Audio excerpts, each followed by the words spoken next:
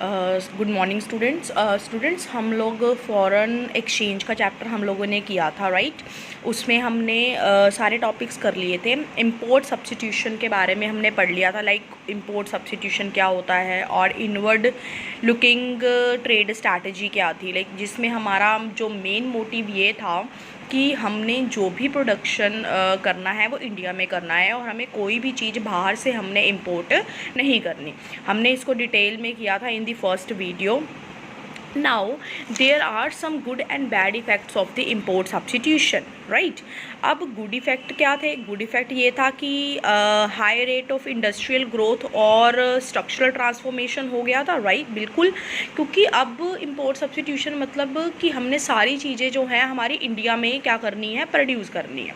जब हमने इंडिया में ही प्रोड्यूस करनी है तो डेफिनेटली फिर हम इंडिया में ही फैक्ट्रीज़ लगाएंगे, इंडिया में ही इंडस्ट्रीज़ को डेवलप करेंगे और जब इंडिया में इंडस्ट्रीज़ डेवलप होंगी तो इंडस्ट्रियल ग्रोथ तो नेचुरली होगा। मोर ओवर इससे जो है वो स्ट्रक्चरल ट्रांसफॉर्मेशन हो गया, लाइक हमारी जो इकोनॉमी का जो स्ट्रक्चर ही चेंज हो गया ना।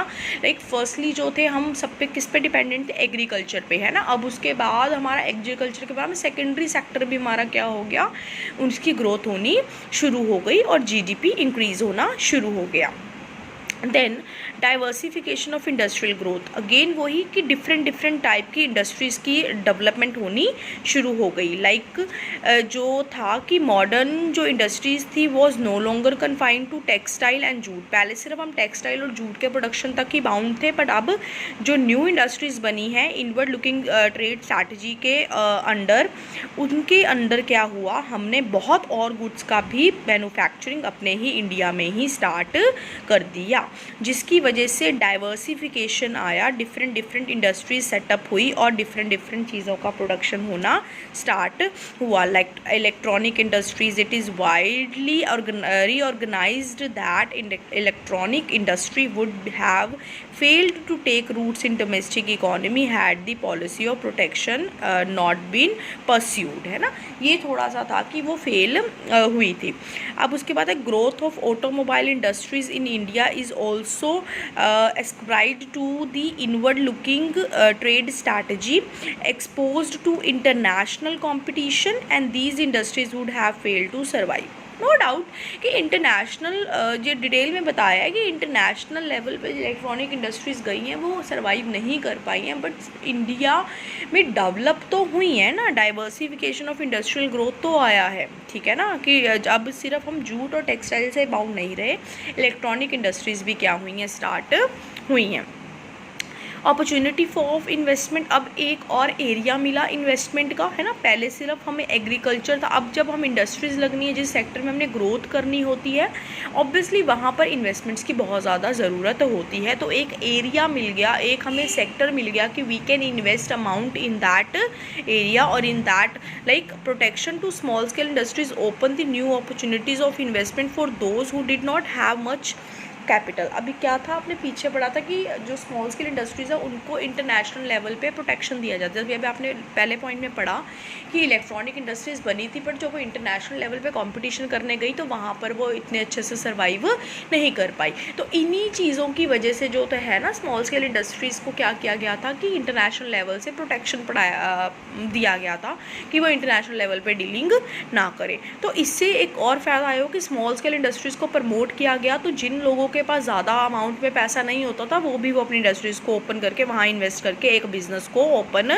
कर सकते थे। इसकी वजह इससे क्या हुआ कि इक्वालिटी का मोटिव अचीव होने में बहुत हेल्प हुई, क्योंकि अब हर कोई तो कहीं ना कहीं काम में एंगेज्ड हो सकता था।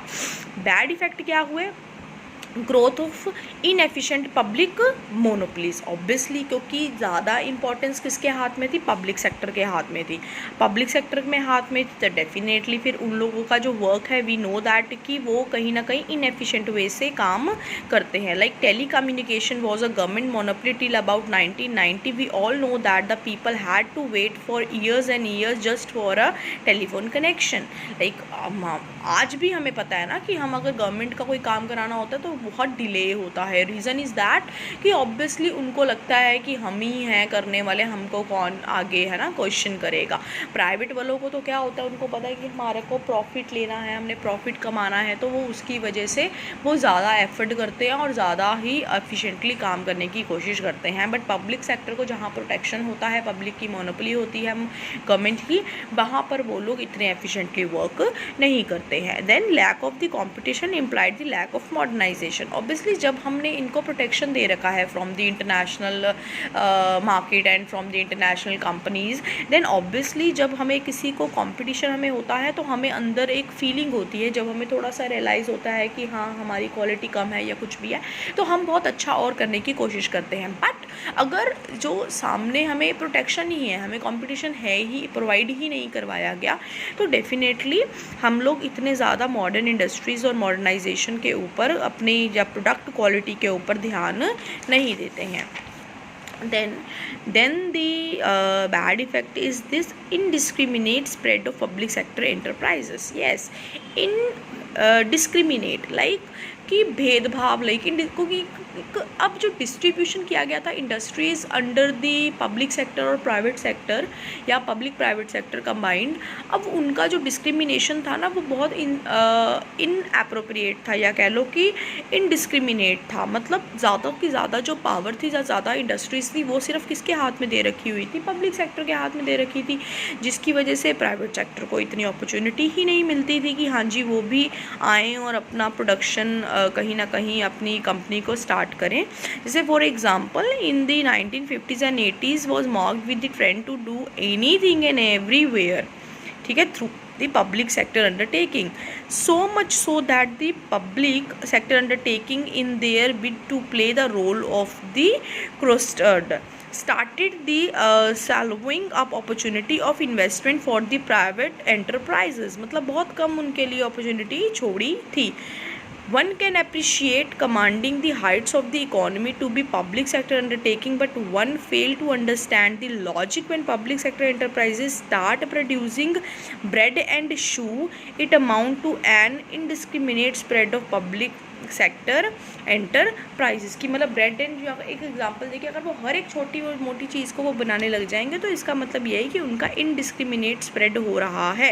लाइक देखो फॉर एग्जांपल यहाँ पे indiscriminate and irrational use of public resources means ultimately, और उनके लिए जो अपॉर्चुनिटीज़ हैं प्राइवेट सेक्टर के उनको मिनिमाइज़ कर दिया गया। Then economically in unviable state of enterprises a political compulsion. Obviously जब गवर्नमेंट होगी तो वहाँ पे कहीं ना कहीं वो चीज़ें पॉलिटिकल इंटरफेरेंस से भी इन्फ्लुएंस होंगी, क्योंकि जब गवर्नमेंट के जो भी होते, कभी भी कोई दंगा हो जाए या कोई भी ऐसी मिस हैपनिंग हो जाए इकोनॉमी, सबसे पहले जो है वो गवर्नमेंट जो है ऑर्गेनाइजेशंस को बंद होती हैं ना, ऑर्गेनाइजेशंस होगी या गवर्नमेंट एरियाज़ हो गए, तो अल्टीमेटली कहीं ना कहीं पॉलिटिकल इंटरफेरेंस यहाँ पर रहती ही है। सो ये जो है trade union and politician oppose shutting down the in unviable public enterprises on the pretext of social injustice to the worker, है ना। सो ये इन चीज़ों में वो कहीं ना कहीं जो है पॉलिटिक्स भी कह लो कि ले आते हैं, तो जो एक अच्छा इफेक्ट नहीं होता इकोनॉमी में as a economic point of view, right. अब आप लोगों को इस चीज़ में डाउट था, नाउ आई थिंक अब आप लोगों का क्लियर हो गया होगा।